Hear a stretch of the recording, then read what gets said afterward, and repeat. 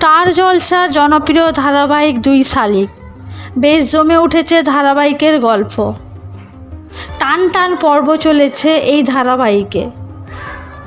ধারাবাহিকে এবার কিডন্যাপ হলো গৌরব ও আঁখি। আগে একবার আঁখি কিডন্যাপ হয়েছিল, এবার সাথে গৌরবকে নিয়ে সে আবারও কিডন্যাপ হলো। তবে কে এই নতুন শত্রু যে কিডন্যাপ করলো আঁখি ও গৌরবকে? মনে করা হচ্ছে এ অনিমেষ রায়ের ছেলে কিংবা ভাই, তবে এখনও কিছু কনফার্ম হয়নি। অনিমেষ রায় তার দুই মেয়েকে ফিরে পেয়েছে এবং তার পুরনো সম্পত্তিও সে ফিরে পেয়েছে, তাই হয়তো ফিরে এলো পুরনো সেই শত্রু। তবে দেখা যাক কি হয়। তো বন্ধুরা, টান টান সমস্ত এপিসোড আসতে চলেছে দুই শালিকে, আপনারা দেখতে মিস করবেন না।